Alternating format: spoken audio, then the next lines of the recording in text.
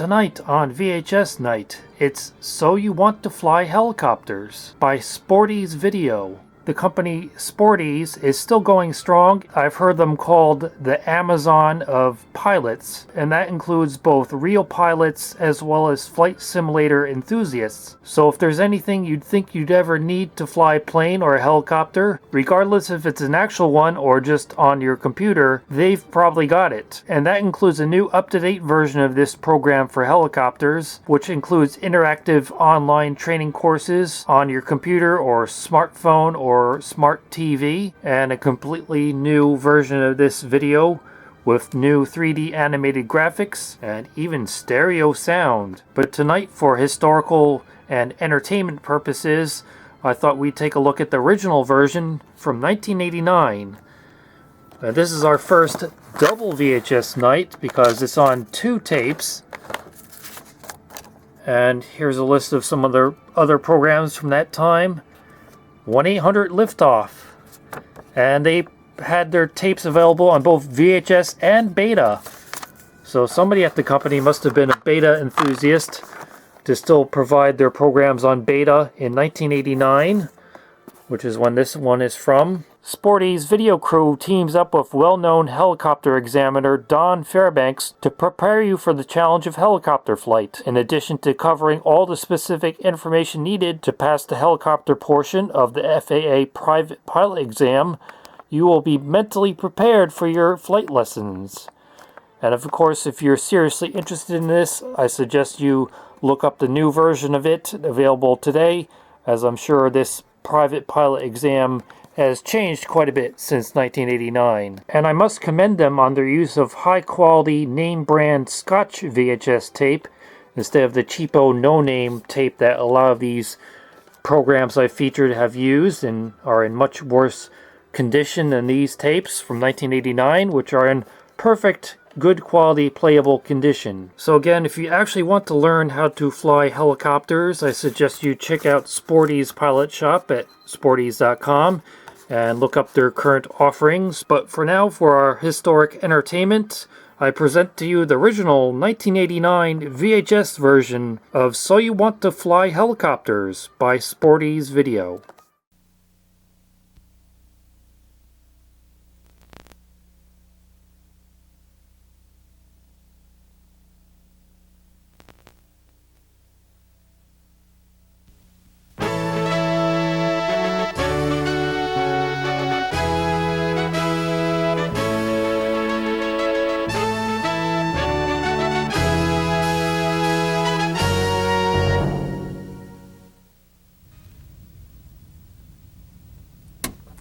Hello, I'm Rob Ryder, a fellow aviator and your host for this video program. We're going to introduce you to the world of helicopter flight and give you a leg up on your helicopter rating. The FAA, in licensing helicopter pilots, considers it a rating on the private or commercial pilot certificate. You do not have to have an airplane rating prior to getting a helicopter rating. So for those of you using these tapes as a ground school for your helicopter written test, you will still need to get a private pilot study course. There are several good ones available on video, home study courses, or weekend ground schools. Much of the information we will give you is highly technical, so stop and review the tape as often as necessary. 5 areas will be covered. In tape 1, you will be introduced to helicopters, including components, uses, and the most common training models.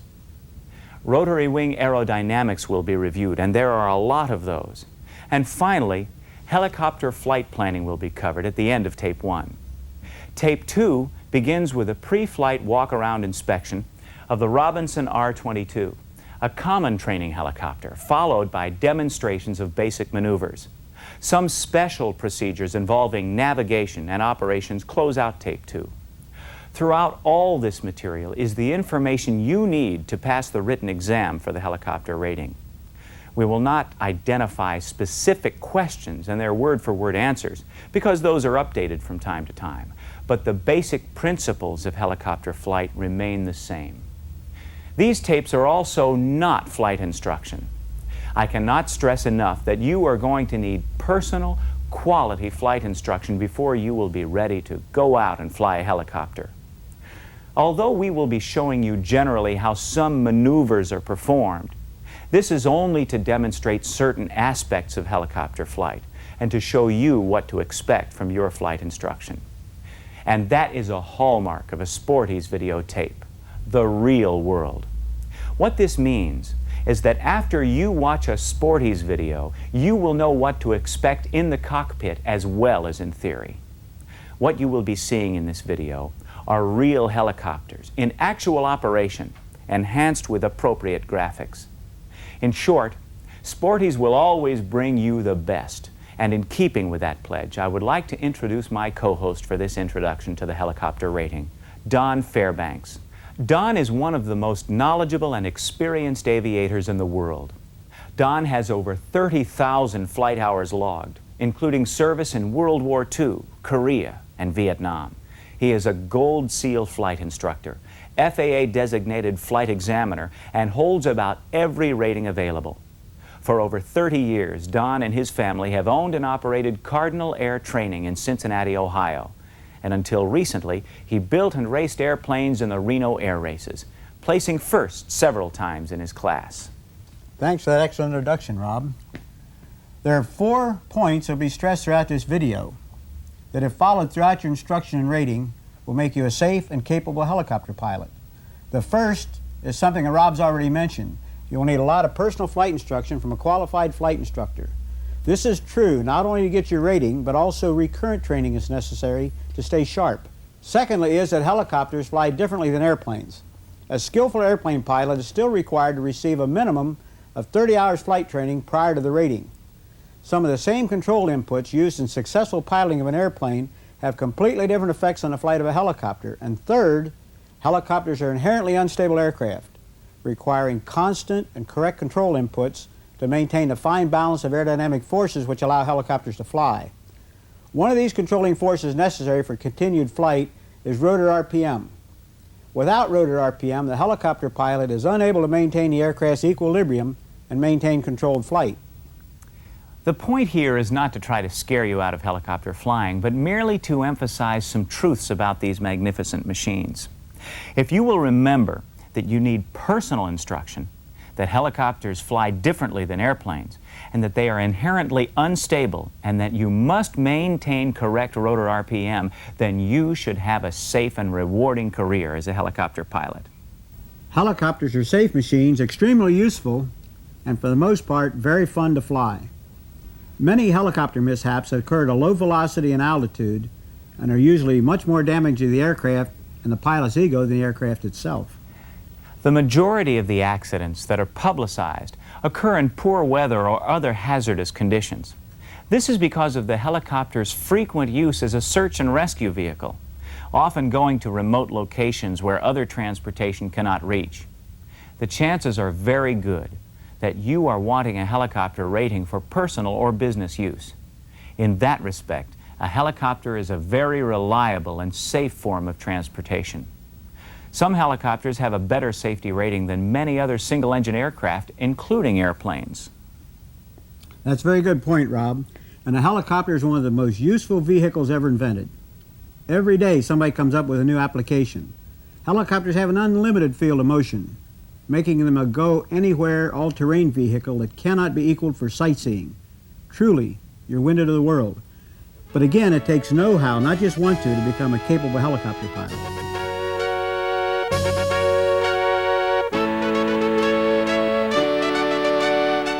Let's take a closer look at 2 of the popular training helicopters, the Hughes and the Enstrom. John Schweller is a businessman and owner of a Hughes 300. I've owned a 500, which is a little bit bigger ship. It's very nimble, and a Jet Ranger. But this seems to be, for the type of work I do for the sheriff's office, getting in and out of cornfields, on personnel rescue. I usually am involved a lot in drug work, and it's very easy to get down in the fence lines next to trees, and I've used it for fishing kids. I'm on call 24 hours a day, so I fish kids out of lakes if they can get a hold of the runner on this. I can drag them over away from the holes they've broken into. And it's a very nimble, quick machine. I love helicopters. It's the quickest way to get anywhere, and I fell in love with it when I seen Don Fairbanks flying one. The Enstrom is a bit larger and more expensive. Jim Zimmerman is an accomplished Enstrom pilot. The Enstrom is a three-place helicopter. It's made in two models. It has a fully articulating rotor system. It has a turbocharged engine. It will pick up 2,650 pounds. The helicopter will normally carry 3 people, and we do that by pulling the center collective out. There's a pin down here in the center. We just pop the pin, insert a cushion, and we're all set for 3 passengers. It's a very smooth flying helicopter and does a very nice auto rotation due to the 3-bladed system.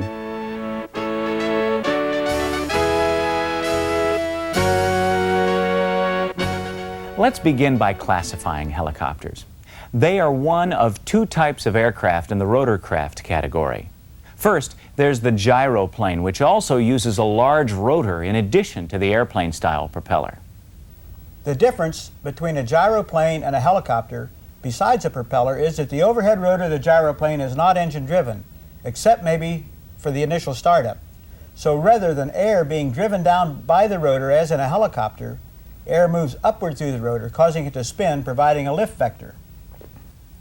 An unwarranted axiom I heard about helicopters recently called them 10,000 moving parts trying to do you bodily harm. While they are not trying to do you any bodily harm, a helicopter is composed of many separate components, all with their specific functions. That saying was obviously concocted by a die-hard airplane pilot. A helicopter in its most basic sense consists of 3 main components: the main rotor, the tail rotor, and the fuselage. The main rotor provides both lift and thrust, handling the duties of altitude, speed, and direction of flight. The tail rotor, also referred to as the anti-torque rotor, determines the heading of the aircraft, as well as counteracting the torque created by the main rotor. The fuselage is a load-bearing and mounting structure for the rotors, the landing gear, and occupants. Beyond that, we'll get into more detail in the aerodynamics and pre-flight section of the program. How helicopters are used is a function of what they can do. They are primarily a short-range, multi-purpose vehicle that can be operated from small areas without the need for extensive site preparation. Helicopters don't need long runways like airplanes, or dual highways and parking lots like cars, but they are relatively more expensive to operate. Many of the moving parts of a helicopter are limited in their service lives, which means that after a certain number of hours they're thrown away and new parts are installed. The transmission and the engine are about the only moving parts that can be overhauled. But even so, they can be very economical to operate if their special capabilities are used. One of the best examples of this is a surveying team in Alaska that were helicoptered into their work sites. There were no available runways or roads, and the team could complete several sites per day with the use of the helicopter, where it had taken several days to reach each of the sites by other means. As you will see, helicopters can also be operated into and out of confined spaces and get to vantage points only available from such a machine as this. Watch television more closely and notice how many scenes you see that can only be taken from a helicopter. The 4 helicopters which are most commonly used for training are the Bell 47 series, the Hughes Schweitzer 269 series, the Enstrom, and the Robinson R-22, which is the newest of the 4.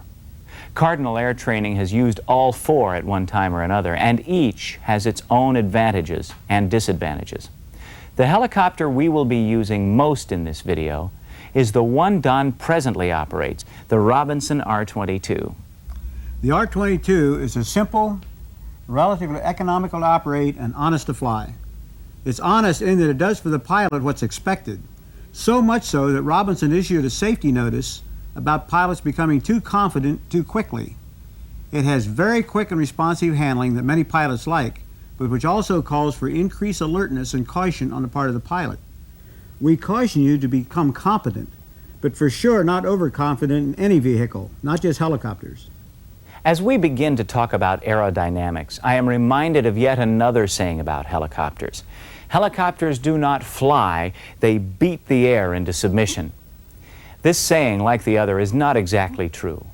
Helicopters fly because of the Bernoulli principle, the same thing that causes an airplane to fly.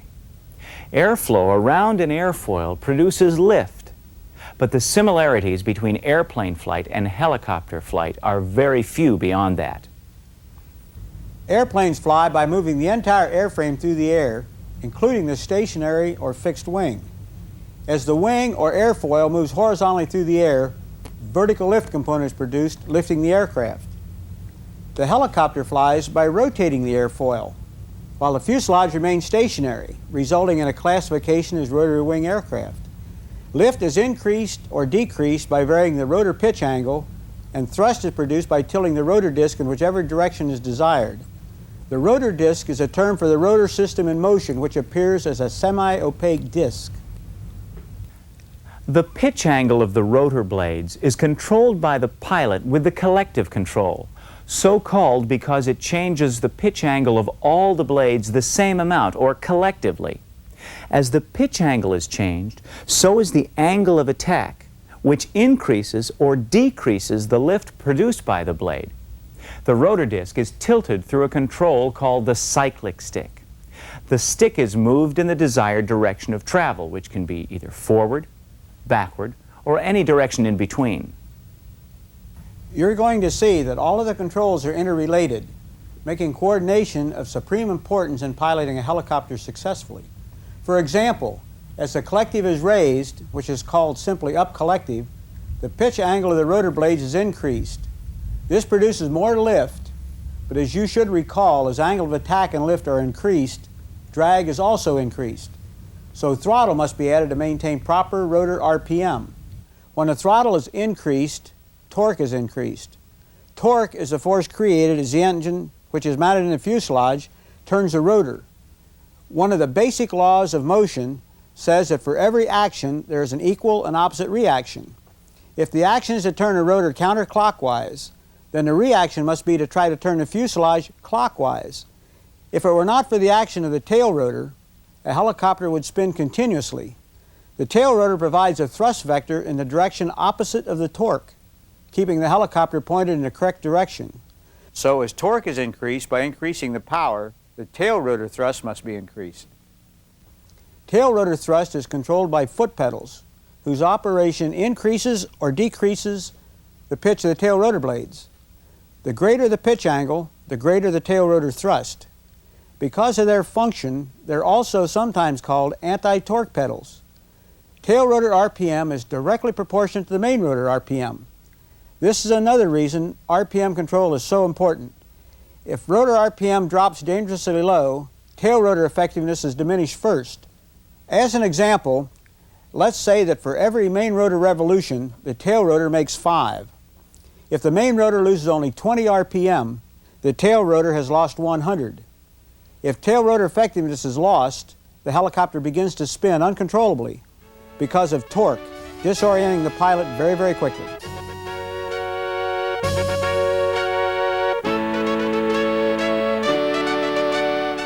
Let's take a closer look at another way of countering torque. The McDonnell Douglas Helicopter Corporation has developed NOTAR, a no-tail rotor concept. The elimination of the complex tail rotor drive mechanisms and enhanced maneuverability are characteristics of a NOTAR system, making it worthy of note. The NOTAR utilizes the Coanda effect to help counteract torque. Pressurized air from a variable pitch fan in the modified tail boom pushes air out of horizontal slots at the 70 and 140 degree points. This creates a boundary airflow which the main rotor downwash attaches itself to, generating lift on that side of the boom and thus counteracting torque.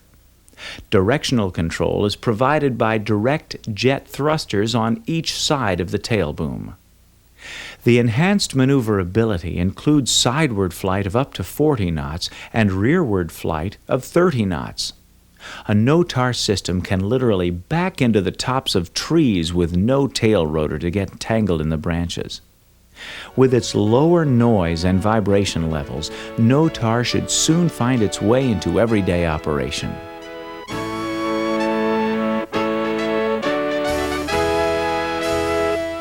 So the pilot must manipulate the collective control, the cyclic control, the throttle and foot pedals simultaneously, constantly, and correctly to achieve controlled flight. I'm sure you can see why plenty of instruction and practice will be required, and how differently they fly than airplanes. The helicopter's rotor disc is producing lift perpendicular to the plane of the disc. As the disc is horizontal, the lift is vertical. As the disc is tipped in any direction from vertical by movement of the cyclic stick, the lift vector is also tipped in the same direction, moving the aircraft in that direction. And this is another way that helicopters do not fly like airplanes. The direction the nose is pointed has little bearing on which direction the helicopter is moving. As you see here, the helicopter can swing in a full 360 degrees while maintaining a straight ground track. As you will see more clearly as we proceed, there are many forces constantly acting on a helicopter, making it unstable. It's difficult to show real-world control of the cyclic stick because the manipulation of the cyclic stick amounts to constant and tiny movements, correcting for unwanted aircraft movements and initiating the desired movements. Those are the bare basics of helicopter aerodynamics. Now let's go a little deeper. The rapidly spinning rotor blades behave like a large gyroscope, and as such, they are subject to a phenomenon known as gyroscopic precession. Gyroscopic precession dictates that when a force is applied to a rapidly spinning object, the reaction occurs 90 degrees away from the axis the force was applied. Watch this aircraft directional gyroscope. As I attempt to move the dial horizontally, the attached gyroscope reacts vertically, 90 degrees off axis of the movement of the dial. This little demonstration and explanation of gyroscopic precession lays the groundwork for how the helicopter is controlled by the cyclic stick. As the cyclic stick is moved, a series of control rods and linkages increases the rotor pitch angle on one side of the disc only. This increases the blade's angle of attack at that point, creating more lift there. This increased lift at one point tilts the disc 90 degrees off the axis of the increased lift due to gyroscopic precession. So, to go forward, lift is applied on the helicopter's left, tilting the disc to the front. The control linkages are designed to compensate for gyroscopic precession, so the pilot only needs to move the cyclic stick in the desired direction. Let's look at some of the hardware responsible for this complex control. The cyclic and collective control inputs are transferred to the rotor by the swash plate assembly. The swash plate assembly consists of two discs, one which rotates, one which remains stationary. The non-rotating disc is sometimes called the stationary star. The rotating disc is called the rotating star. A bearing surface between the two allows them to interface with minimal friction. As a control is moved, the stationary star moves, pushing on the rotating star. If the collective is used, movement occurs equally all around the swash plate assembly. If the cyclic is used, the swash plate is tipped and the helicopter moves in the desired direction. The rotating star is connected to the rotor hub by pitch change links, which vary the pitch of the rotor blades. You will notice that the pitch change links are connected 90 degrees away from the appropriate blade, compensating for gyroscopic precession. Because of the close interrelationships involved in helicopters, most instructors wish they could teach everything first. Since that is impossible, we must take things one at a time. Another important control is the throttle, the primary control for RPM maintenance. The throttle is adjusted by a twist grip on the collective controls similar to a motorcycle. In flight, the engine is connected to the rotor by a fully engaged clutch and transmission. So in flight, the throttle controls both the engine and rotor RPM. A helicopter's tachometer has needles for both rotor and engine RPM. When they're in their proper relationship for flight, they read equally, or they're married, as many say.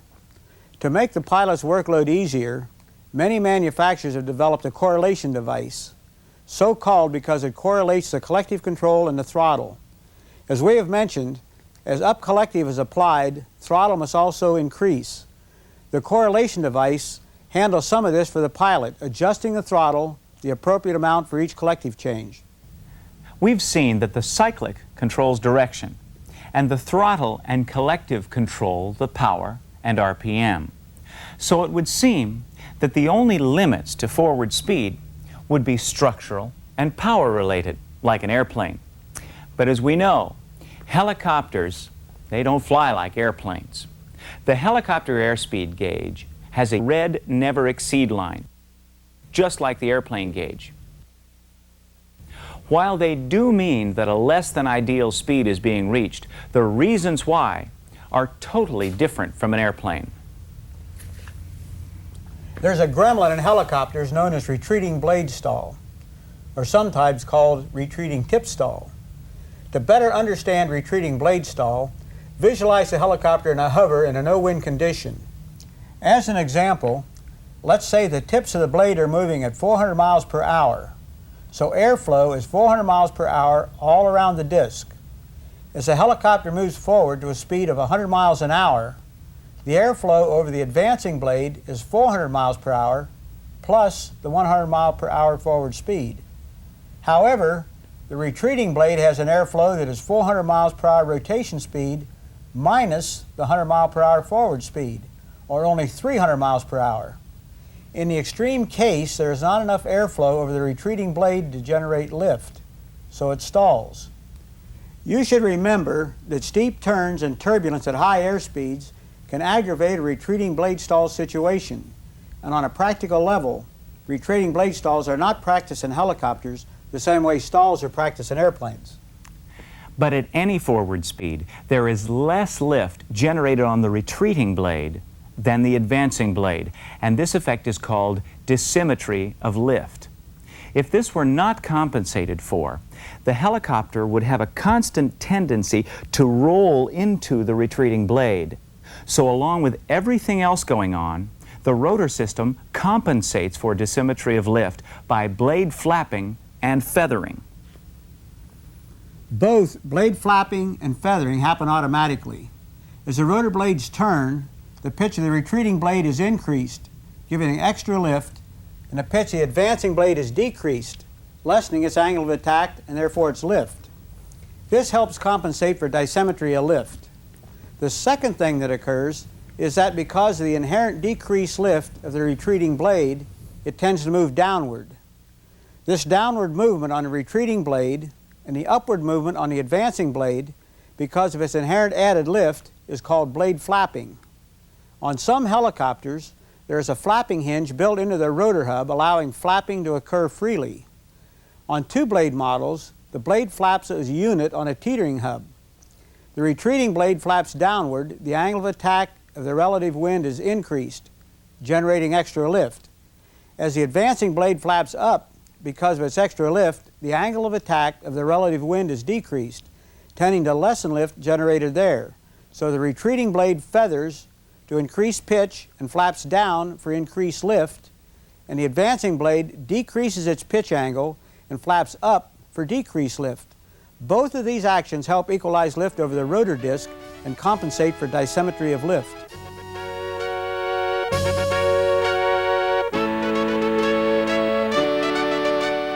Let's take a closer look at the development of a stall on the rotor blade. In reality, a blade will not stall all at once.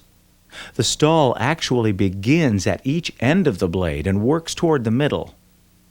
The inboard area stalls due to its relative slower velocity, and the outboard tip stalls because of its higher angle of attack.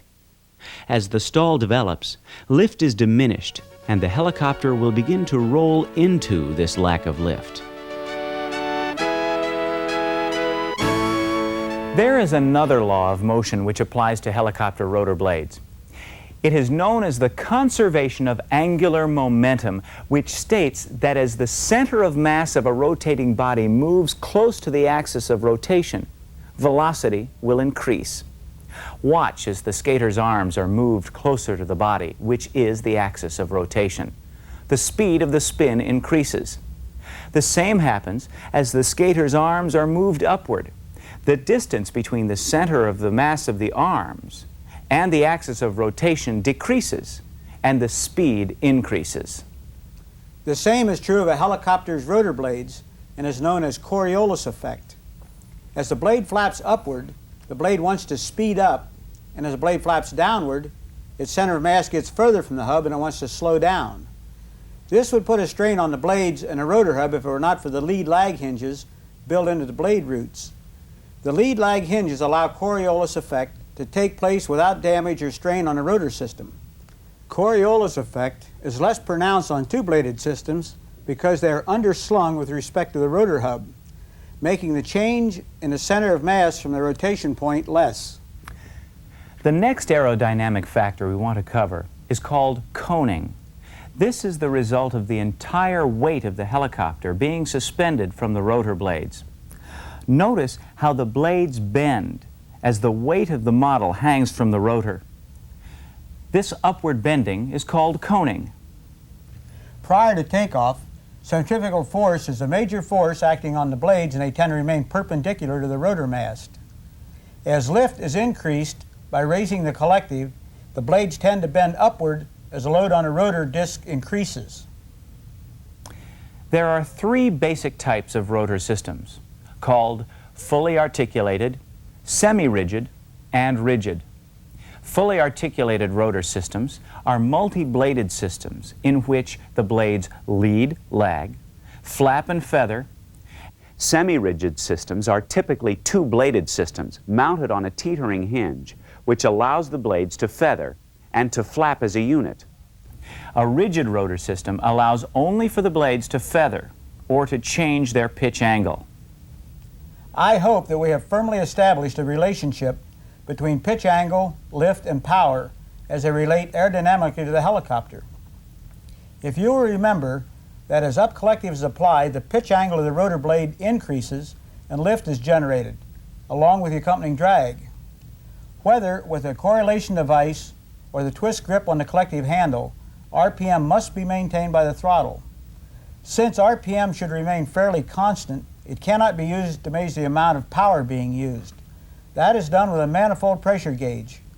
As you begin your flight instruction, you should begin to equate in your mind the relationship between manifold pressure and the angle of attack of the rotor blades.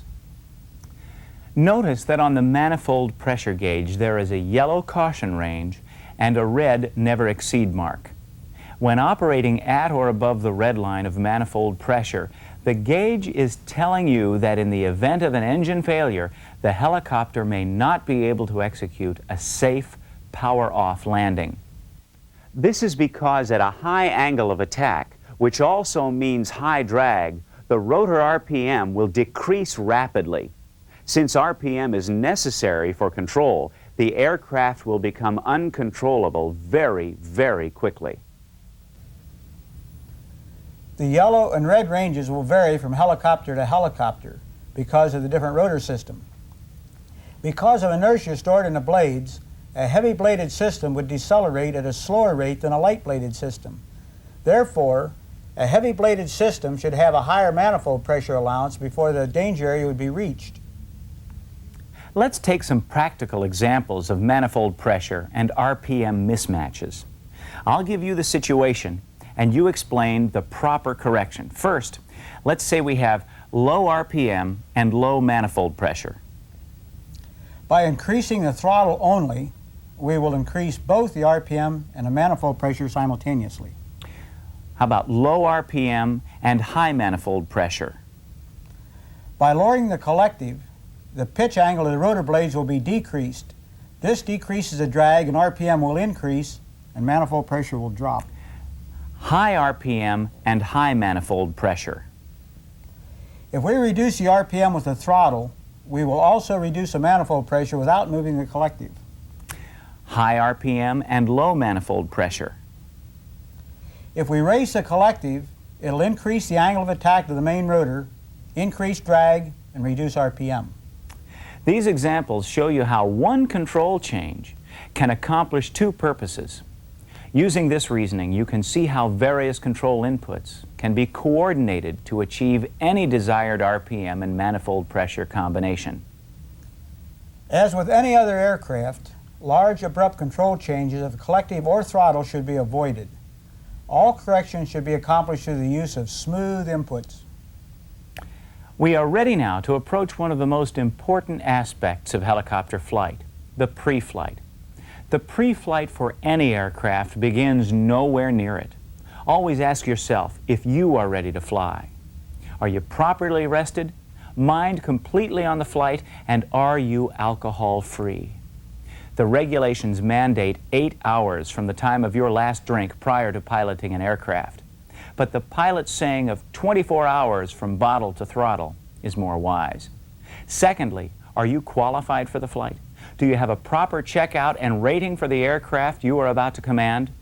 Have you had a complete and personal weather briefing? And are you familiar with the specific aircraft and its manual as required by the FARs? A time of crisis is no time to be reading aircraft procedures. It's vital that you are completely familiar with the aircraft handbook prior to beginning even a pre-flight. A handbook is shipped out with each helicopter and is one of the required items to be carried in the helicopter at all times. Let's begin right at the beginning, where you'll notice that the FAA has approved some sections of the handbook for the Robinson R-22. Some handbooks may have fewer approved sections, others more.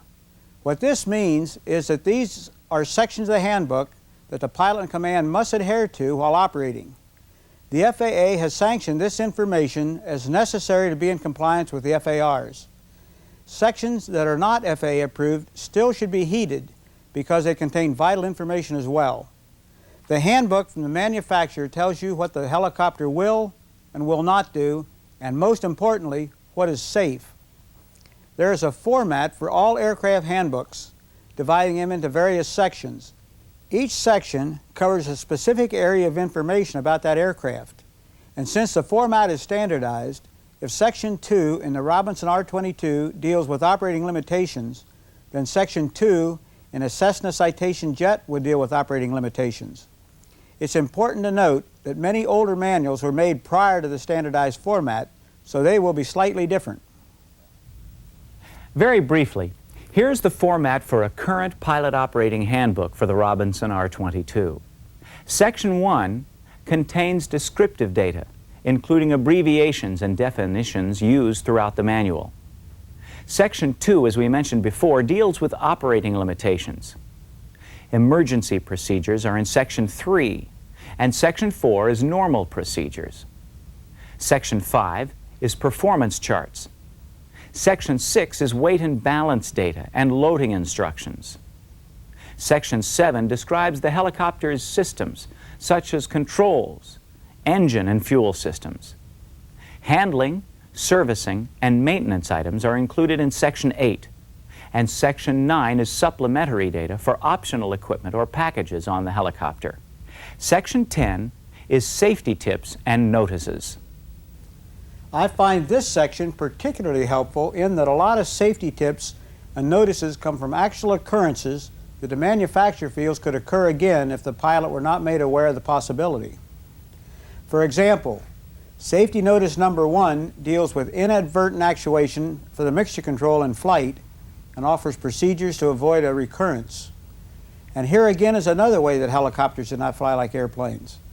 The mixture is not leaned in flight. Since there's no flywheel in most helicopters, at the point where the mixture gets too lean, the engine will quit.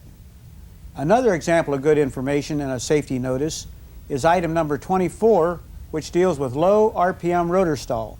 This one includes a very good aerodynamic discussion of the causes and again offers a procedure to avoid it. Since each helicopter is different, we won't go into the entire manual for the Robinson, but we will examine a couple of charts that are peculiar to most helicopters. All helicopters are designed for certain load limits and balance conditions. Any pilot who takes off in a helicopter that is not within the designed load and balance condition is not only violating FAA regulations, but is inviting trouble. In loading a helicopter, there are 4 weights to consider. The empty weight is a helicopter without the usable fuel, people, and/or baggage. Included in the empty weight is a helicopter structure, power plant, all fixed equipment, ballast, unusable fuel, oil, hydraulic fluid, or engine coolant. The useful load, or the payload, is the weight of the pilot, passengers, baggage, usable fuel, and any ballast needed to offset a lightly loaded or out-of-balance helicopter. Gross weight is the empty weight plus the useful load. Each aircraft has a maximum gross weight, which is the most weight for which the helicopter is certified for flight. Even though the helicopter is certified for a certain maximum gross weight, it may not be safe to take off at this weight under all conditions. Certain combinations of altitude, temperature, and humidity may result in a density altitude, making it impossible to perform a safe takeoff, hover, climb, or landing. Remember, the helicopter doesn't care what true altitude is. The helicopter performs according to density altitude, and it should be figured for each flight, an expected helicopter performance for the density altitude noted. Besides the weight factor, the load must be arranged so that the center of gravity is within limits. The center of gravity, also referred to as the CG, is the point where the helicopter is in balance, both front to rear and side to side in a level pitch attitude. If the helicopter were suspended by a cable at the CG point, it would hang absolutely level. Since the helicopter is not always loaded exactly the same way every time, we must have an envelope or area in which the CG must fall for proper balance. This is known as the CG range. The CG range is measured in inches from the datum for 4.5 CG range and inches left or right of the center line for lateral CG. The datum is a fixed point established by the aircraft manufacturer from which all measurements are taken for the weight and balance calculations. This reference point can be established anywhere, but once established, it does not move.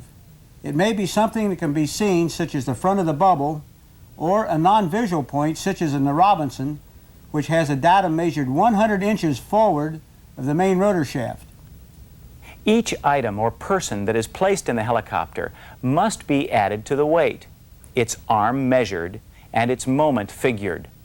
Once loaded and the helicopter's weight and balance calculated, it is then compared with a handbook to make sure it is loaded safely. If you need some additional instruction on weight and balance, you should review the private pilot course where it is explained in detail. Something that is different in helicopters is the figuring of lateral CG. Each item placed on one side of the helicopter will have a positive value, while the other side will have a negative value. Also, both the takeoff CG position and the landing CG position must be figured. Remember, as fuel burns, the CG will change, possibly creating an unsafe loading at some point during the trip, and an unsafe loading can cause the aircraft to be uncontrollable. When the helicopter is delivered from the factory, all the necessary data are included on the weight and balance sheet included in the helicopter flight manual. Each helicopter delivered can be different due to optional equipment installed to customize to each owner's needs. After delivery, the owner-operator may decide to remove or add equipment, so the weight and balance figures will be corrected and all changes will be entered in the appropriate aircraft record. Always use the latest weight and balance information for the specific aircraft you are flying.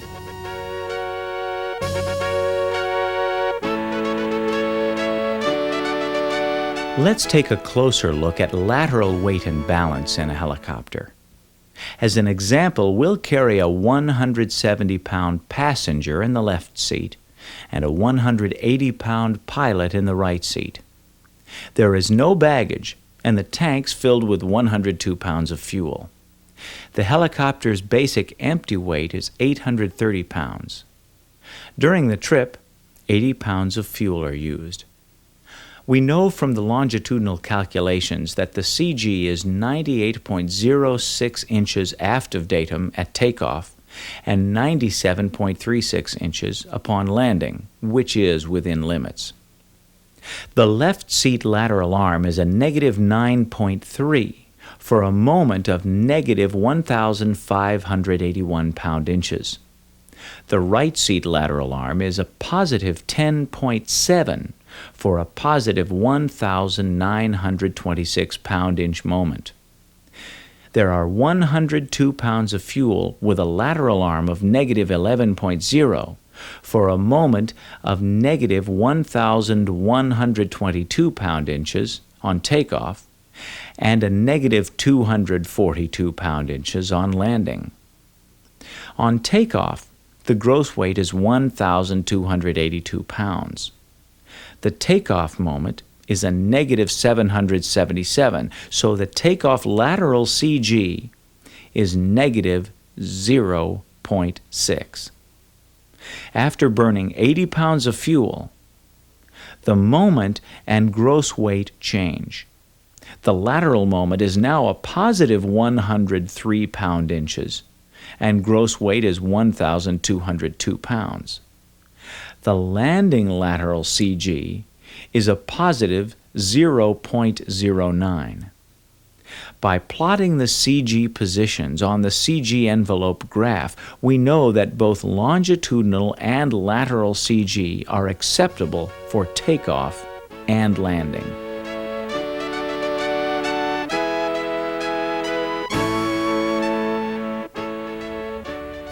Limiting heights and corresponding airspeeds for a safe landing in the event of a power failure contained in a chart called Airspeed versus Altitude Limitation Chart.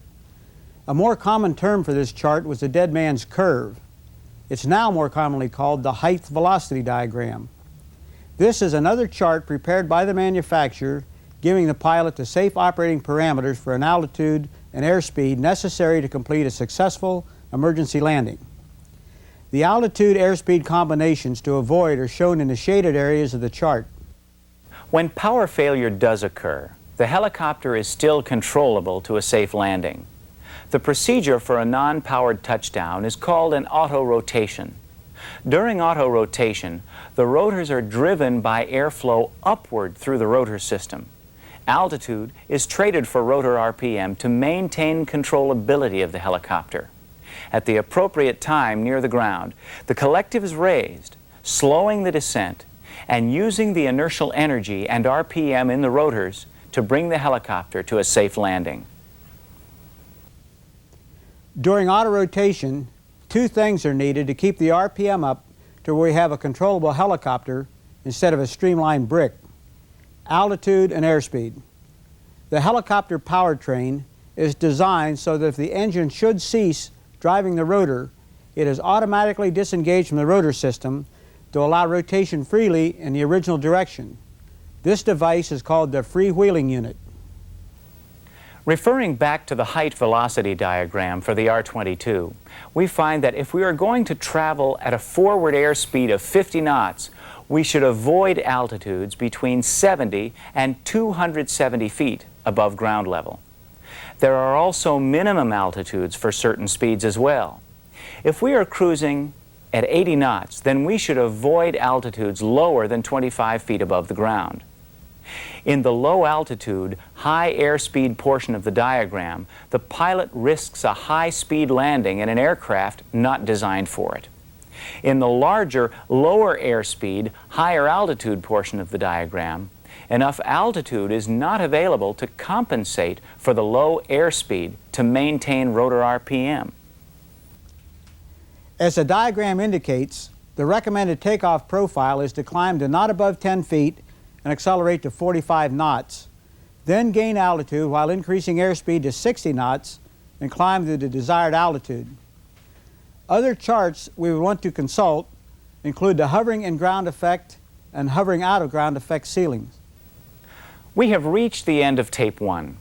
You have been introduced to the helicopter and its aerodynamics and shown the basics of preparing for flight. In Tape 2, we will begin with the second part of our pre-flight procedure, a walk-around inspection.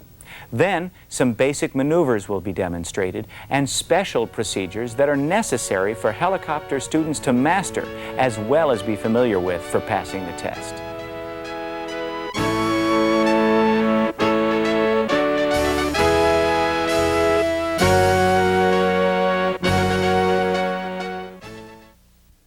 The Sporty's catalog features publications on helicopters you'll want to consider as you continue your rotary wing education. The first is the FAA Basic Helicopter Handbook, prepared by the U.S. Department of Transportation as a technical manual for those studying for their private, commercial, or flight instructor pilot certificates with a helicopter rating. In-depth discussions are supplemented by clear, easy-to-understand illustrations. How to Fly Helicopters is a comprehensive guide to helicopter aerodynamics, flight controls, and operating systems. Photographs and illustrations support the fine text by Larry Collier, revised by Kaz Thomas. Discussion of flight maneuvers and a detailed glossary round out the thorough coverage contained in this 226-page book. Rotary Wing Flight is a reprint of the Army Helicopter Training Manual.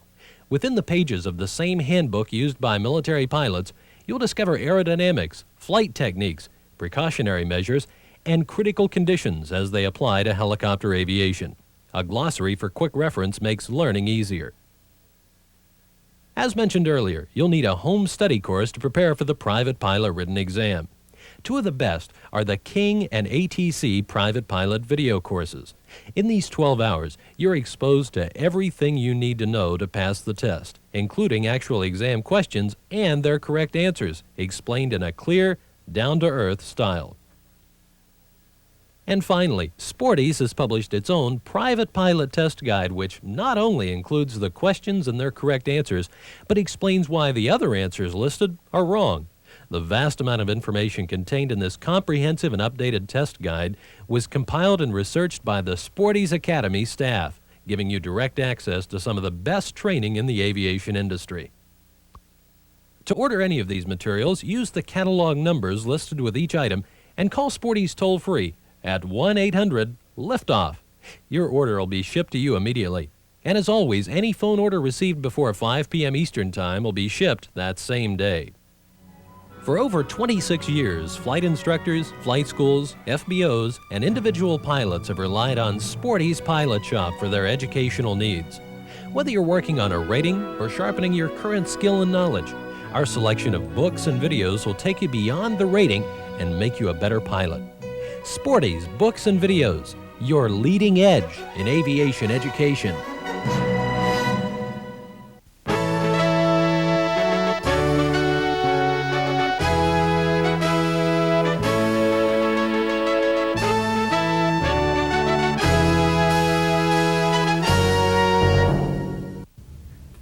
Hello, and welcome to part 2 of this introduction to the helicopter rating.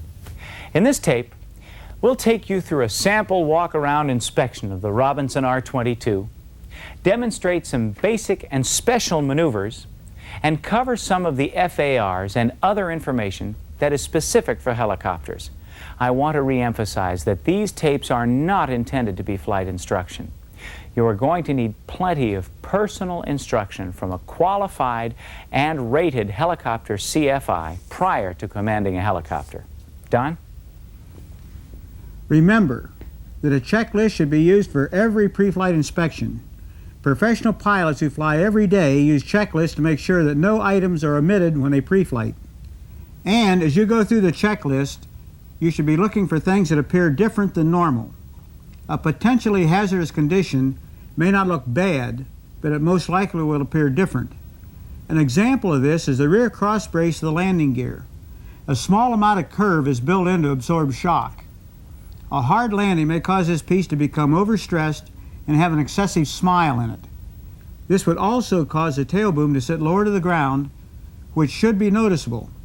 Neither of these warning signs would appear as broken, only different, and they are indications of a hazardous situation, particularly in the event of an imperfect landing. All right, Don, let's begin with the approach to the helicopter for the pre-flight. What's first? Remove any temporary covers And in cold weather, be sure to remove even small accumulations of frost, ice, or snow. Also check the general condition of the helicopter, looking for any evidence of leakage, discoloration, dents, chafing, nicks, corrosion, and cracks. Where aluminum is joined, such as at seams or rivets, it may have movement where it rubs against itself. This is called fretting and produces a fine black powder. When steel frets, it produces a fine reddish brown or black residue. Any time an unusual condition is found, consult a certified mechanic to see if the craft is airworthy. In continuing to prepare for the walk-around, we should turn on the master switch. If the doors are on, remember they're very lightweight in the Robinson R22, so hang on to them after opening so they will not be flung by the wind and possibly damage themselves or the bubble. Turn on the master switch, close and relatch the door.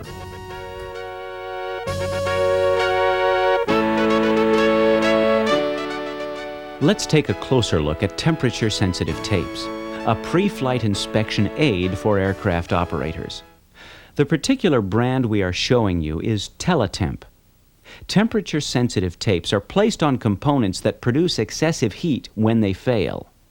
By viewing the tape's heat-calibrated boxes, a quick look will tell if a component has become too hot during operation.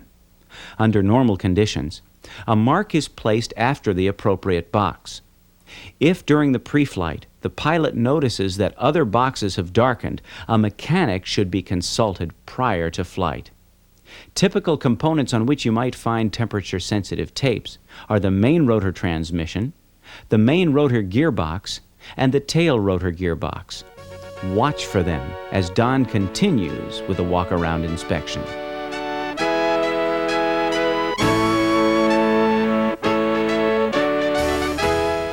The first area to check is under the cowling on the right side. After being opened, the cowl door should be held to keep it from being blown by the wind and damaging either the helicopter or you. The first item on the checklist is a gearbox oil level. There's a sight glass on the side of the transmission. Above the sight glass is a decal showing the proper reading. All the fasteners around the transmission should be checked. Most are marked with paint when they're tightened. If the paint marks do not line up, some slippage has occurred. Look for fluid leaks around the seams. The next item on the checklist is the flex couplings. There are 4 ears on each flex coupling. Rotate the drive shaft to check each ear that it is not cracked and that the nut and bolt are secure. Keep in mind that as you rotate the drive shaft, the main rotor and tail rotor will turn. The flex couplings allow the drive shaft to flex as the clutch is engaged or disengaged. Check the yoke flanges on each side of the flex plate. There's a weld at the base that can crack. There's a teletemp on the transmission that should also be checked. Also inside the cowling is the static source. The placement of the static source here avoids high airflows, and it should be checked for security and that it is clear and unobstructed. Notice here that there's a placard against any storage inside the cowl door. This keeps anything from becoming tangled in the drive shafts in flight. Here also is a button panel to check the warning lights. Push each button while watching the panel and make sure that the appropriate light illuminates on the panel when pushed. The chip detectors that are being checked are magnetic plugs inside the transmissions. If a transmission begins to fail, it produces tiny metal particles which attach themselves to this magnetic plug, shorting it out and causing the light to light. Prior to this push button panel, which checks the circuit by creating a short, the old method was to manually short out the chip detectors with a knife or other conductive metal. The checklist now lists the control rod ends, and they should be secure. It's okay for them to twist on the bearing from side to side, but there should be no longitudinal movement. The steel tube joints are next. These are support structure for the transmission and are welded together. Check along the welds for cracks. Finally, check all the tie wraps and hose clamps inside the cowling for security. Close and latch the cowl door. Right behind the cowling is another flex plate. This can be checked as you rotate the drive shaft for the forward flex coupling, or it may be done now. The next teletemp is on the upper sheave of the drive system and should also be checked while in this area. The engine right side is next on the list, beginning with the inlet air duct. The hose clamps should be secure and the hose not have any serious kinks or breaks in it. The carb heat scoop should not be loose or cracked, and again the hoses and their clamps should appear intact. The engine cooling shroud directs the airflow to cool the engine. You look for cracks, missing or loose screws, and make sure it's secure. Next, check the electrical junction box for broken wires and the protective boots on the terminals. The checklist calls for looking for fuel leaks. This involves the fuel intake pipes and connections. Any fuel leaks would show up as a definite discoloration in this area. The oil cooler door is examined for debris lying on the oil cooler. Debris can be blown in, and if it clogs up the air passages in the oil cooler, the engine will run hot. Trace the oil lines and look for leaks or chafing. The airbox valve is on the very bottom and is spring-loaded. Reach up and push on it to make sure it moves freely. The exhaust system should be secure, particularly at the welds and the gaskets. The V-belts are checked for splitting, cracking, fraying, or other signs of deterioration, and the steel frame should be viewed from the back, again checking welds and looking for bends or dents. The tail rotor control rods begin here. They should be checked for security and freedom of movement in the proper direction. At the rear of the engine is a cooling fan nut, which is pinned and safety wired. The cooling fan itself should not have any cracks or bent blades. The fan scroll is a cooling fan housing, which should also be checked for cracks in the fiberglass, particularly along the radius where it is joined. The lower bearing should be free of any oil leaks and the teletemp checked. After seeing to the tail cone attach bolts for security, the tail cone is observed for loose rivets, security of the beacon and the antenna. The tail cone skin is a load-bearing structure, so any dents or looseness in the tail cone is serious. Upon reaching the tail, check the attach bolts on this end and the tail surfaces for dents, cracks, fretting of the rivets or bolts, and any corrosion that might appear. The aft flex coupling must be checked in a rather special way. Carefully push the tail down until the rotor guard is resting on the ground. While holding the tail down with one hand, very gently rotate the tail rotor in a normal direction. The flex coupling is viewed through a window on the top of the tail, and all four ears are checked. Again, be very gentle while moving the tail rotor. The linkages are not designed to drive the rotor system from the tail, and forceful movements will damage a drivetrain. Although not specifically mentioned in the checklist, while the tail is down is a good time to do the initial check on the main rotor blades. As each blade is aligned with the tail, view along its length, looking for any nicks or bends. After completing the aft flex coupling check, look at the tail rotor gearbox teletemp and the chip detector. Make sure the wires on the chip detector are secure and attached. The oil level in the gearbox is checked through a sight glass. Next, examine the tail rotor blades for any defects and check the rod ends and linkages for freedom of movement in the proper direction and that they are secure. The teeter bearing and teeter ball is what allows the tail rotor to rotate in the proper plane, and these should be free but not loose. The control bell crank is then exercised to make sure all linkages are functioning properly. Proceed up the tail cone, again checking for fretting rivets, dents, security of the attached antennas, and the tail cone attach bolts. As the engine left side is approached from the rear, look at the steel tube structure for dents and cracks in the welds. As on the right side, the cooling shroud is examined for security and cracks. as well as the exhaust system. In the front of the engine is the oil dipstick. Although nestled back in the confines of the fuselage, it's easily accessible.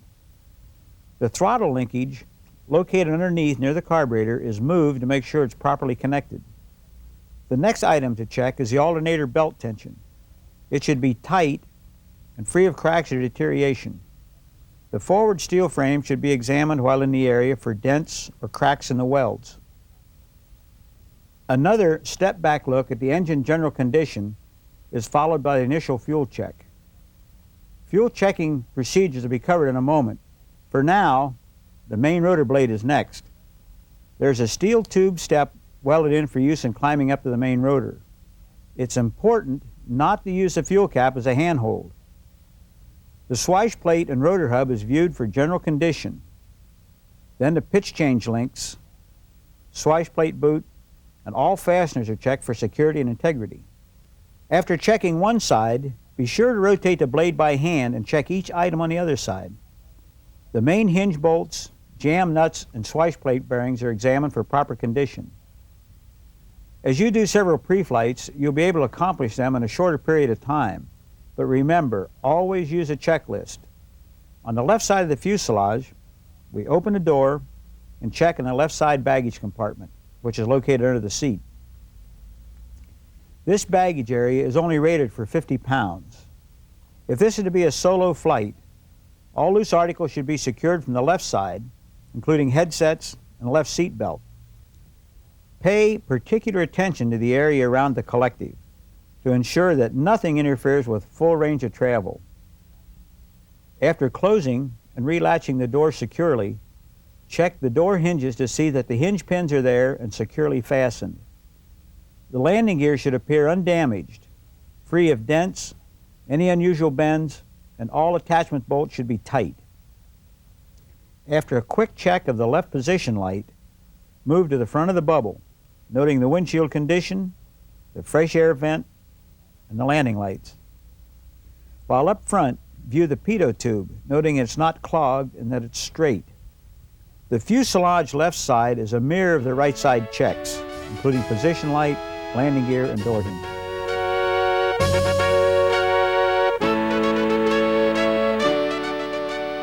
Let's take a closer look at a fuel check.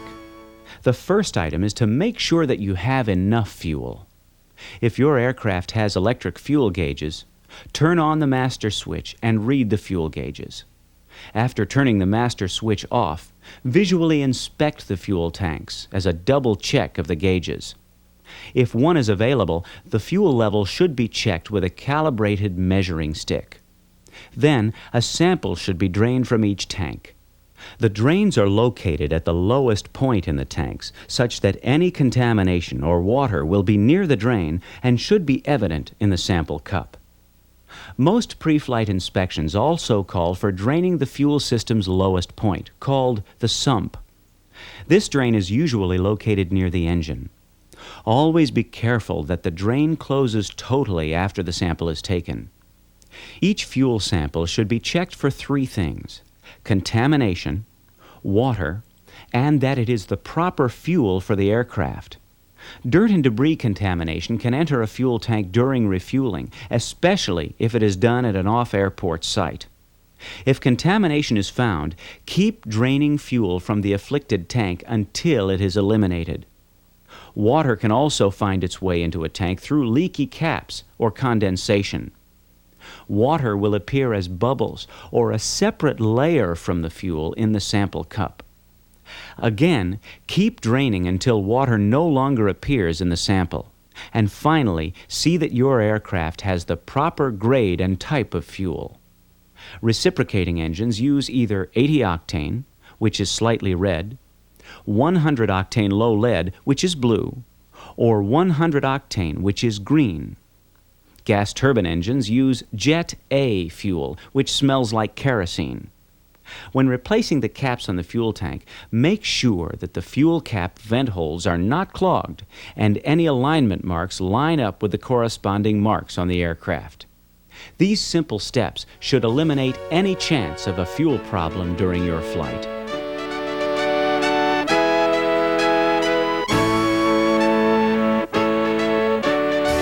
Before climbing into the cockpit to begin flying, there are a couple of other cautions. First, a short person may require a cushion to obtain full travel of all the controls. Secondly, check to be sure that both rotor blades have been left in level position so they do not strike the tail cone when they begin to turn. Remember that you should use a checklist for every pre-flight inspection, and be sure to use the manual for the specific make and model of aircraft you are flying. Even different models of the same design can have different items that should be checked and different standards for airworthiness. If you use a checklist for every pre-flight, you'll never find yourself at altitude wishing you had included a failing component in your walk-around. By now, you are probably familiar with the basic controls, the cyclic, anti-torque pedals, and the collective. That means you're already well on your way to knowing what's what in a helicopter cockpit. Since the training aircraft we are dealing with are VFR only, this greatly simplifies the instrumentation. On all civilian training models, the passengers sit side by side. In some cases, there will be two separate cyclic controls. The R-22 has one control with two grips. The collective control will always be to the pilot's left, placing it between the seats for a pilot in the right seat. In the Enstrom, the center collective is removable for three-passenger operation. Instrument panels are generally mounted in the middle. It contains most switches and gauges the pilot will refer to, such as the altimeter, RPM, manifold pressure, warning lights, and any electronic controls necessary, such as the clutch and aircraft lighting. Starting a helicopter engine is similar to starting any other aircraft engine, except for a few models. The rotor will not turn during engine start the way airplane propellers do. Once the engine is started, the rotors are engaged using the clutch. Some are automatic electric clutches, others, such as the Enstrom, are manual. The Schweitzer 300 clutch is engaged in cycles, called rotor spin-up. The clutch is engaged in short bursts to prevent stalling the engine. There is a dangerous situation which can develop in fully articulated rotor systems called ground resonance. Because the blades are allowed to lead and lag, they also have the possibility to come out of balance with each other, setting up some frightful and damaging vibrations in the helicopter, which, if uncorrected almost immediately, will lead to catastrophic structural failure. The ground resonance scenario usually occurs on a helicopter with wheels, or if cushion struts are used on the landing gear when one or more struts are either flat or overinflated. The rotor blades on a three-bladed rotor system are equally spaced around the hub, 120 degrees apart. When one wheel or one end of the skid hits the surface during takeoff or landing, a shock is sent to the rotor system that can alter the spacing between the blades to perhaps 125 degrees, 125 degrees, and 110 degrees. This sets up an out-of-balance condition. When another wheel or part of the skid hits, the imbalance can be agitated and sets up a greater vibration. This wobbling and shaking can be stopped by either getting the helicopter back in the air, if RPM will permit, or landing immediately. This is not a condition that can be cured by indecision. Hovering is the term used to indicate the motionless flight maneuver of the helicopter. This requires much concentration and coordination by the pilot. The pilot holds the helicopter motionless over a selected spot by using the cyclic control, maintaining altitude with collective and throttle, and heading by using the anti-torque pedals.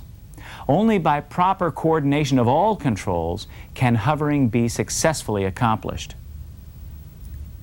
Translating tendency, or drift, is caused by tail rotor thrust required to hover. It pushes the helicopter to the right as left pedal is used to offset torque to the main rotor.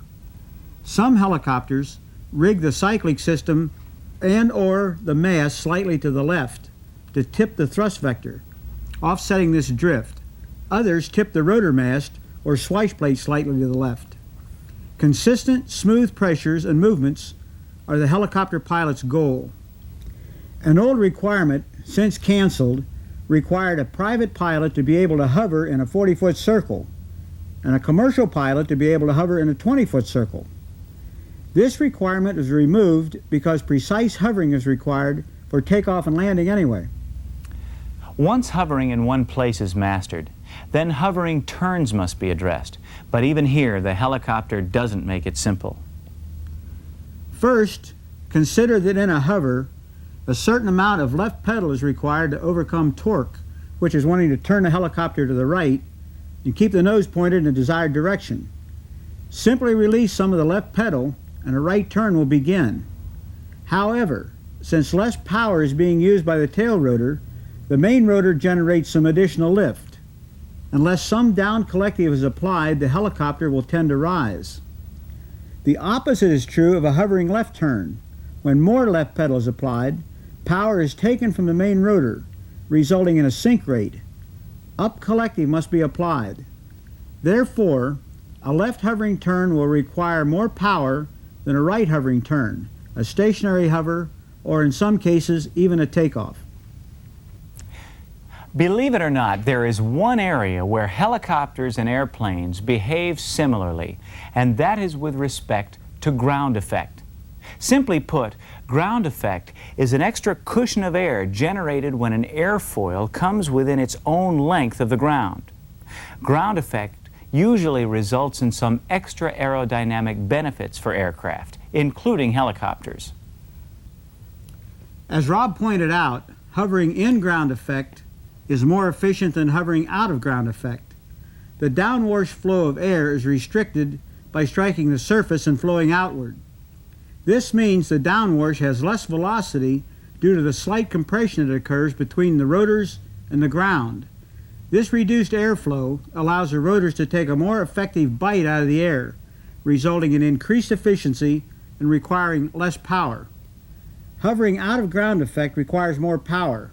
Therefore, a helicopter can hover in ground effect at a higher density altitude than it can out of ground effect. Remaining motionless over the ground is called hovering. Moving slowly over the ground is called taxiing. There are two forms of taxiing a helicopter: surface taxi and air taxi. Surface taxiing is a term used for moving the helicopter under its own power while remaining in contact with the surface, whether lightly on the skids or wheels. An air taxi is accomplished low to the ground, but not in contact with it. To perform a surface taxi on skids, you set the throttle for takeoff RPM, add up collective until light on the skids, move the cyclic forward to move the helicopter along the surface. The collective pitch controls the starting, stopping, and speed. You should taxi no faster than a normal walking speed. The collective controls the speed and the cyclic the direction. On wheels, the technique is the same, except the helicopter should remain firmly on the wheels with only enough up collective to provide some forward thrust. After taxi comes takeoff. Again, I want to stress that although we will be explaining the control inputs necessary to perform certain maneuvers, this is not flight instruction. We're going to show you two different kinds of takeoffs: a normal takeoff and a running takeoff. Later, under the Special Procedures section, you'll see a maximum performance takeoff. A normal takeoff begins with raising the helicopter from the surface to a hover. The RPM is maintained manually until a correlation device becomes operative. At higher elevations, more manual throttle manipulation may be required. Maintain the heading with the pedals. After making sure the area is clear of obstructions and people, depart into the wind if possible. Lower the nose to gain forward speed and begin climbing. Remember that RPM must be maintained and that the helicopter should be flown within the height velocity diagram parameters. There are times when a normal takeoff is not sufficient due to load or density altitude conditions. A good test of when this is appropriate is if a sustained hover is not possible. Never attempt a takeoff if the helicopter cannot be lifted from the ground at least momentarily. Either offload some weight and make 2 trips, wait until a lower density altitude prevails, or don't go. A running takeoff is possible because of an additional benefit derived from airspeed: translational lift. Translational lift is the increased lift attained when airflow over the rotor disc becomes approximately 15 miles per hour. When the rotor disc speed through the air reaches approximately 15 miles per hour, the disc becomes more efficient.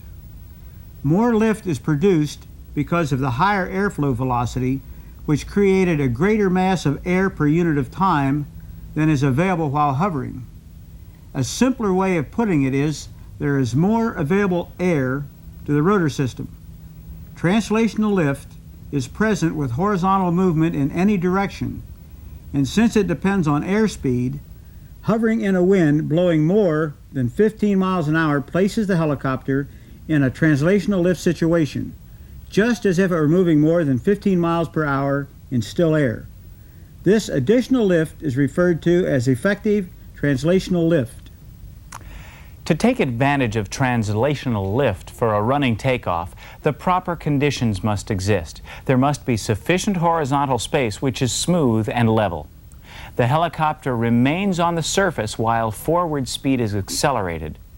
A bump or obstruction could snag the landing gear, causing the aircraft to tip over. A running takeoff is accomplished into the wind, taking advantage of every benefit available.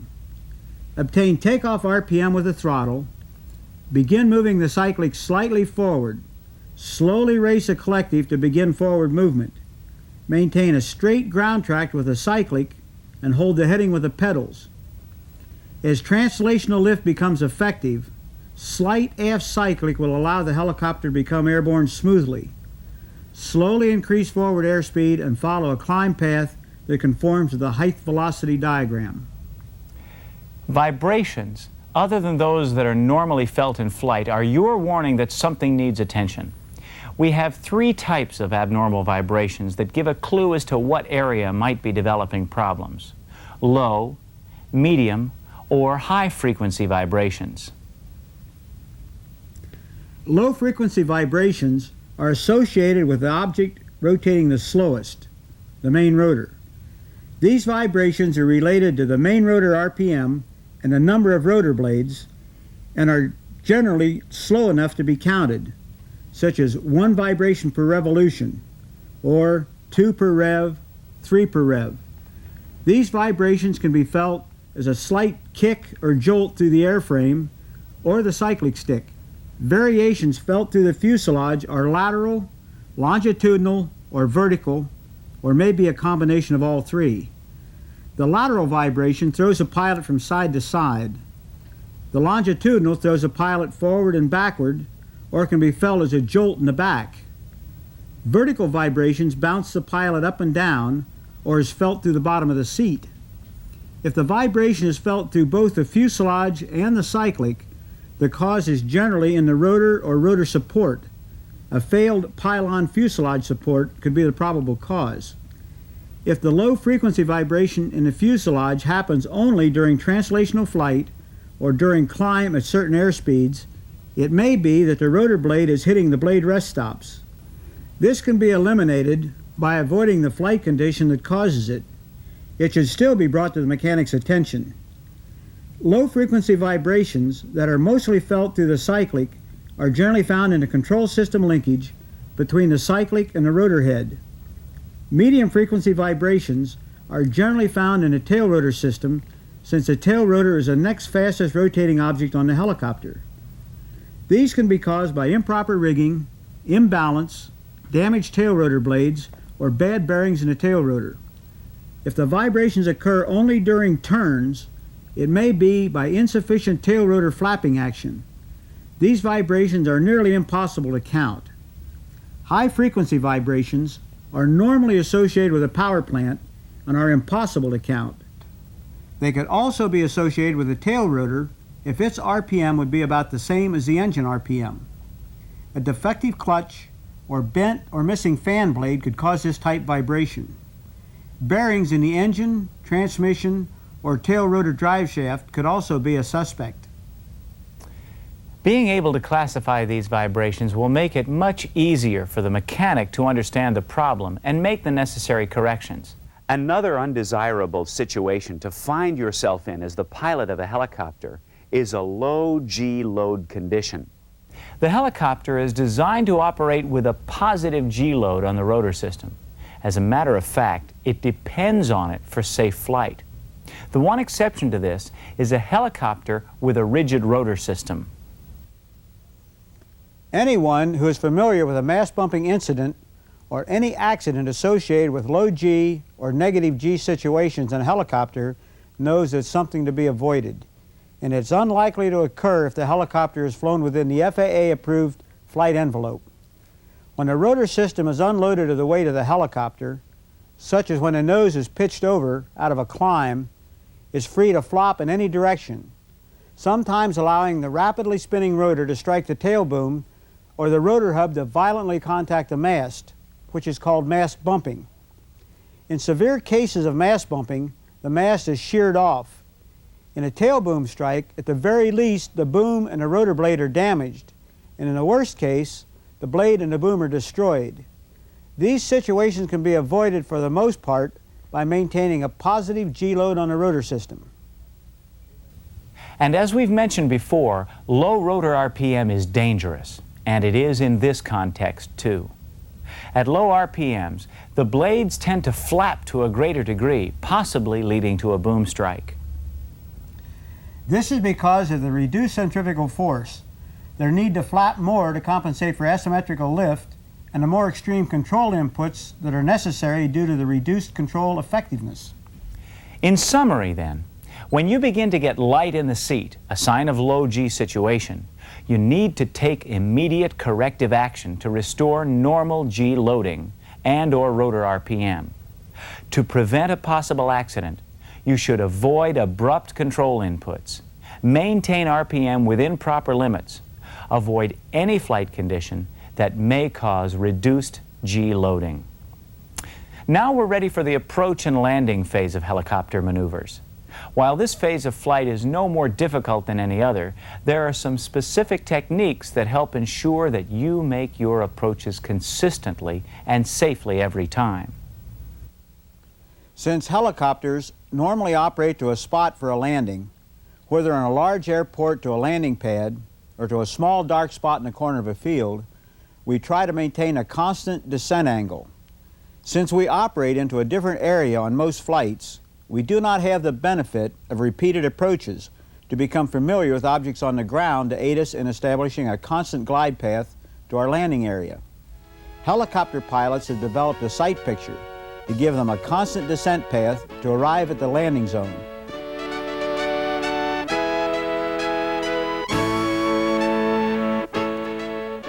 Let's take a closer look at sight pictures. If a normal approach is being made to a square landing area, it would appear as this shape. However, that same area would appear more square in a steep approach and more like this in a shallow approach. The same is true of a circular landing zone, which would appear slightly oval in a steep approach and become more flattened in a normal approach and a shallow approach. In making the approach, the pitch attitude of a helicopter changes throughout, so it's important to maintain the shape of the landing zone consistently. So the sight picture of the landing zone changes only in size, not shape, getting larger as the landing zone is approached.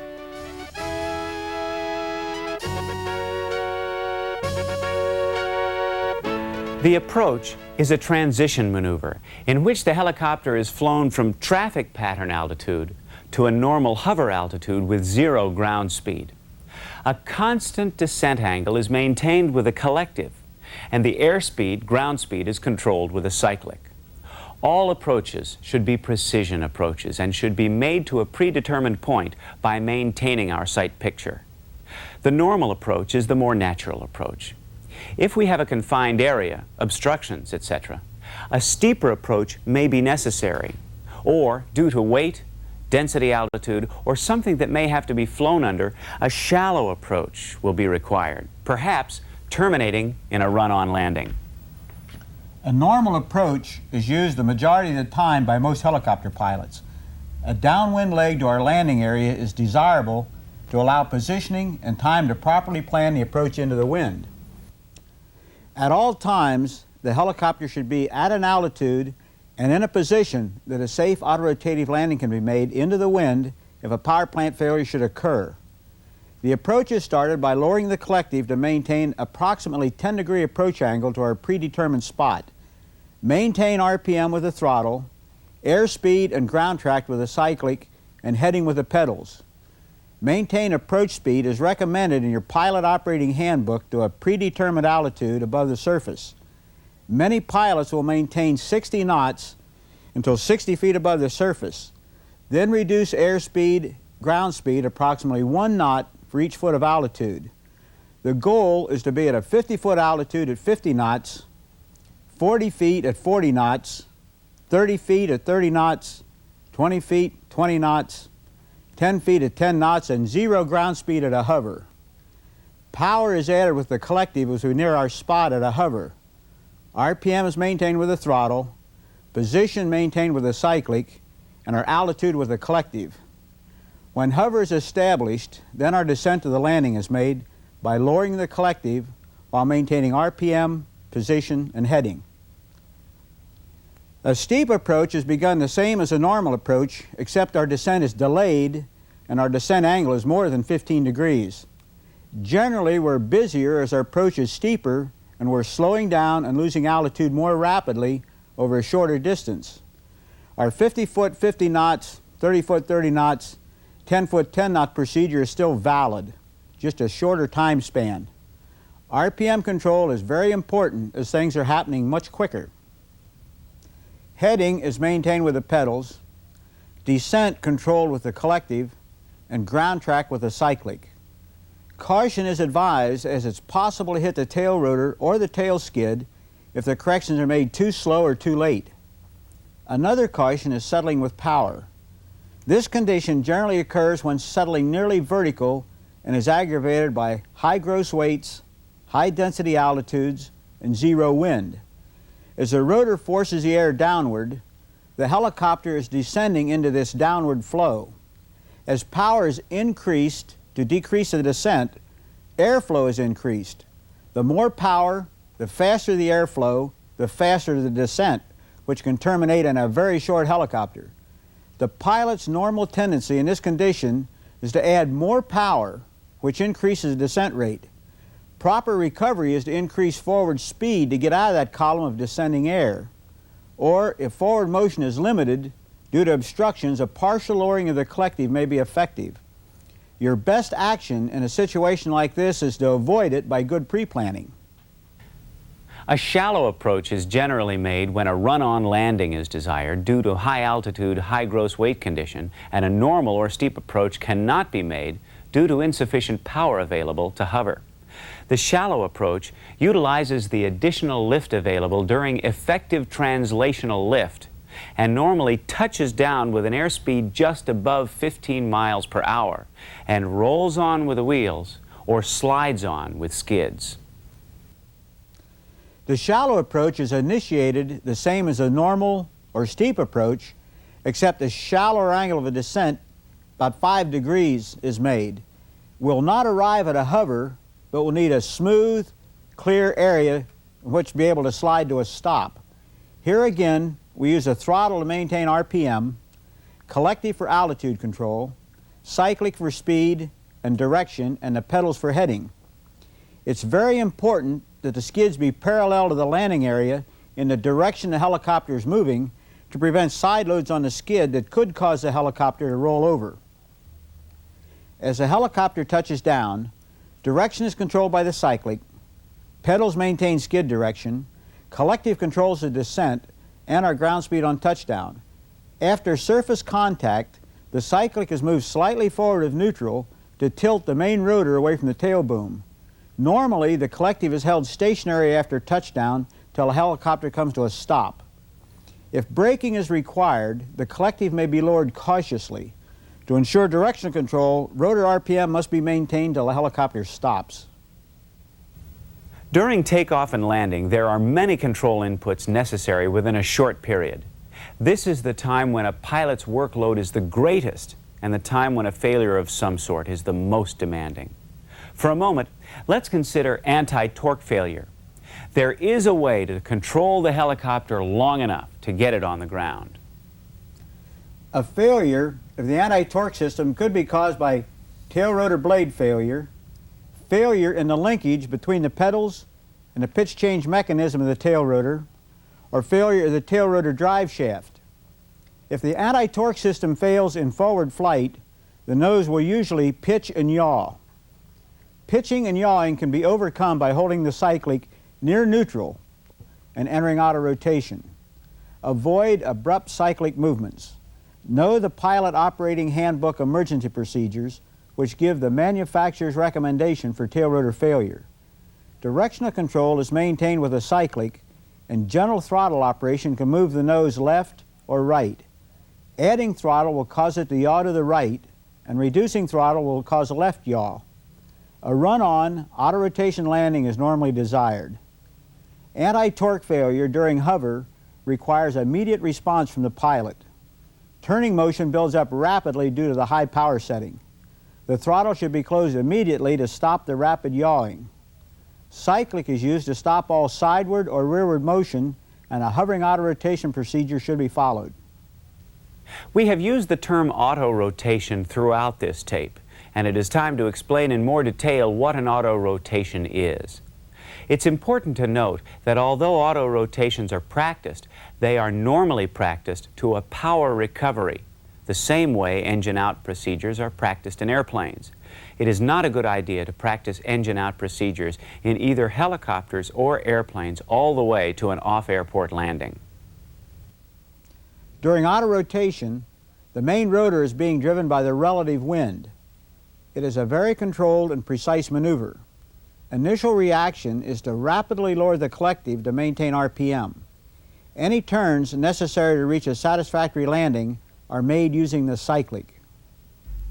There are some special considerations and procedures, more than what we've already covered, that should be touched on. You will be exposed to these things in your flight training and possibly in the written exam. We are going to briefly describe pinnacle and ridgeline operations, slope techniques, confined area takeoffs and landings, maximum performance takeoffs, and the quick stop technique. A pinnacle is an area higher than the surrounding area. A rooftop or a small peak are examples. A ridgeline is a long area that drops away steeply on one or two sides. A bluff or a precipice are examples. When climbing to a ridgeline, the climb is made on the upwind side to take advantage of upslope winds. The approach path should be parallel to the ridgeline and into the wind if possible. During strong winds, avoid turbulence on the leeward or downward side by making a steeper approach, and keep the helicopter in a position to make an emergency landing if necessary. Operating to or from an area that slopes requires a careful technique. In landing on a slope, the helicopter should be landed with the landing gear parallel to the slope. If landed with the tail upslope, it may strike the ground, either landing or taking off. Other considerations are wind, barriers, amount of slope, and obstructions. A hover is established over the landing area, and the collective is lowered until the upslope skid contacts the surface. A very slight upslope cyclic should be maintained to keep the upslope skid in contact with the surface as the collective is lowered to bring the downslope skid in contact with the ground. As a rule of thumb, the FAA says that all slopes steeper than 5 degrees should be avoided. Taking off from the slope is almost the exact reverse of a slope landing. After takeoff RPM is achieved, adjust the cyclic so the rotor disc is parallel to the true horizon rather than the slope. Raise the collective until the aircraft is light on the skids. Raise the downslope skid to a level attitude with the collective, then continue up collective into a hover. When moving away from the slope, remember, take care not to turn the tail into the slope as there's a danger of a tail strike. Bringing the helicopter to the studio for taping was a perfect example of confined area operations. In preparing for the approach and landing, Don visited the proposed landing site ahead of time, selecting the best approach and departure routes, keeping in mind suitable areas for forced landings, and operating within the height velocity diagram parameters. Also, obstructions difficult to see from the air, such as small trees or wires, were noted. And of course, arrangements to clear the parking lot of cars were made. On approach to the landing area, a high reconnaissance overview of the landing area is necessary, noting current wind, obstructions, and point of touchdown. Not all takeoffs and landings will be made into the wind, but wind directions and velocities must be considered for each takeoff and landing situation.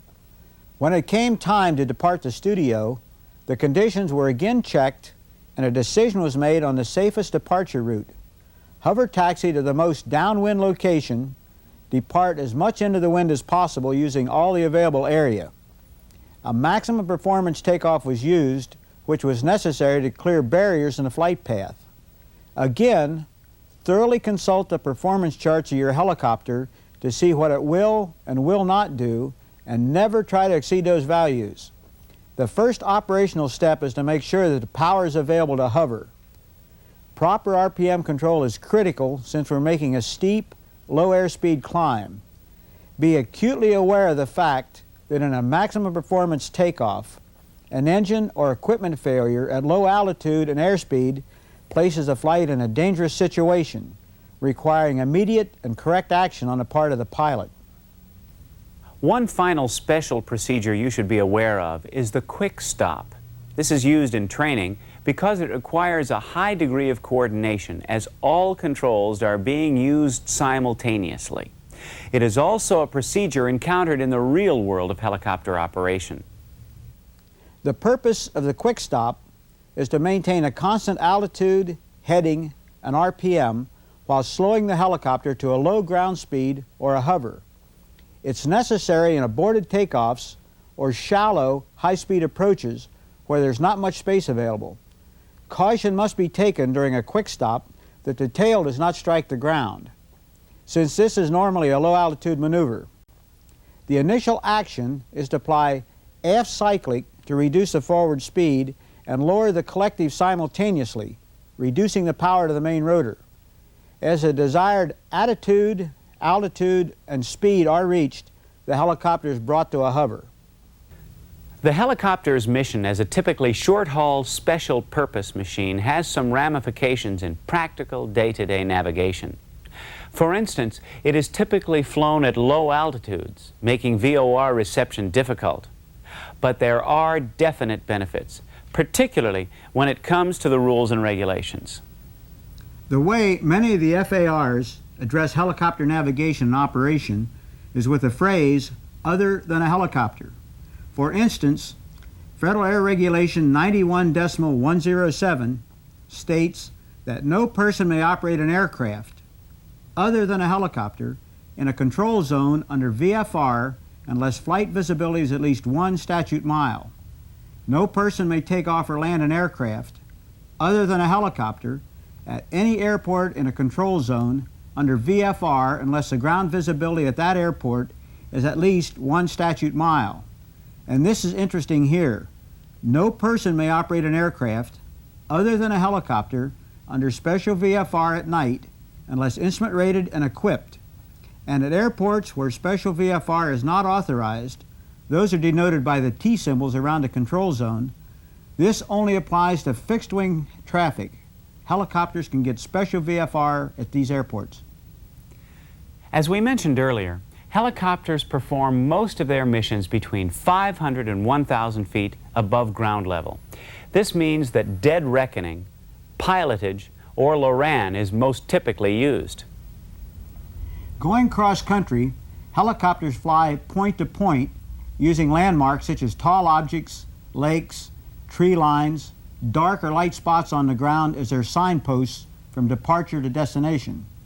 Section lines in farming communities are also excellent for keeping a pilot on a constant ground track. As Rob mentioned, LORAN works while on the surface or in the air, providing information for speed, distance, heading to destination, and time en route. By properly utilizing the capabilities of LORAN, a pilot can fly direct to any point covered by Loran stations. In the rules, there is another advantage given to helicopters during weather that would ground an airplane flying VFR. FAR 91.105 says that a helicopter may be operated outside controlled airspace at or below 1,200 feet above ground level if it is operated at a speed that allows the pilot adequate opportunity to see any air traffic or other obstructions in time to avoid a collision. This takes advantage of the helicopter's slower flying capabilities. During cross-country flight, it's better to avoid flying over a large wooded area. If open fields are available, they'd be much more practical in the event of an emergency landing. Plus, a downed helicopter would be easier to locate in an open field than in the woods. FAR 91.87 states that when approaching to land at an airport with an operating control tower, each pilot of a helicopter shall avoid the flow of fixed-wing traffic. This means that what has been learned about traffic patterns for airplanes applies only in the sense it is where you want to avoid in a helicopter. There are different Unicom frequencies common to heliports than airports. Typically, 123.05 or 123.075 megahertz are used. And if the heliport is lighted for night operations, it's identified by a green, yellow, and white rotating beacon. Helicopters are not given carte blanche, however, to operate wherever and whenever they want. They may be operated at less than the prescribed minimum safe altitudes for airplanes, but only if done without hazard to persons or property on the surface. In addition, helicopter operations shall comply with routes or altitudes specifically prescribed for helicopters by the administrator. These are found in the helicopter route charts published for certain high-density areas. In addition to routings, they also contain detailed visual navigation points which would be helpful to helicopter navigation. Helicopters also have lower minimum fuel requirements. In VFR flying, helicopters must only carry enough fuel to fly to the point of intended landing and fly for 20 minutes, while airplanes must be able to cruise for 30 minutes and 45 minutes at night. In instrument conditions, helicopters must be able to fly to the first airport, to the alternate, then for 30 minutes as compared to 45 minutes for fixed-wing traffic. We have covered the aerodynamics of helicopters, the pre-flight inspection, basic maneuvers and operations, and navigations. What's left? For the initial private certificate, a minimum of 40 hours of training in the helicopter is required. It's the exception rather than the rule that somebody finish their helicopter flight training in 40 hours. More typically, 50 to 60 hours are required to do the job. The FAA says that you must have 20 hours of dual instruction, 15 actually in a helicopter. The other 5 can be in an airplane, but I wouldn't recommend it. Of the 20 hours of instruction, you must have 3 hours across country, 3 hours of night flying, including 10 takeoffs and landings, separated by an en route phase of flight. Also, 3 hours of test preparation within 60 days of the test are required, and a flight in a helicopter with a landing at a point other than an airport. 20 hours of solo time are necessary. Again, 15 must be in a helicopter. This 20 hours must include 3 hours of solo cross-country, including a flight with a landing at 3 or more points, each of which is more than 25 nautical miles from the other 2. An additional 3 takeoffs and landings, separated by an en route phase of flight, are required solo at an airport with an operating control tower. The en route phase of flight that's mentioned is interpreted to mean that some forward motion must take place between the takeoff and the landing. You can't yo-yo straight up and back down. So you could take off, fly across the airport, and land, or else circle the airport and land back at the same place.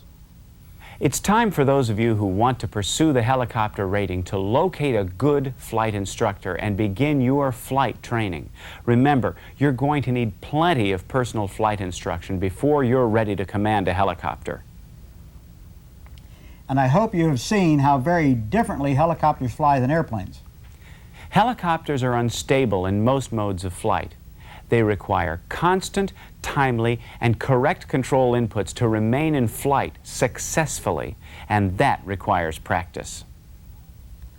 And always remember to maintain your RPM. It's impossible to control a helicopter without RPM.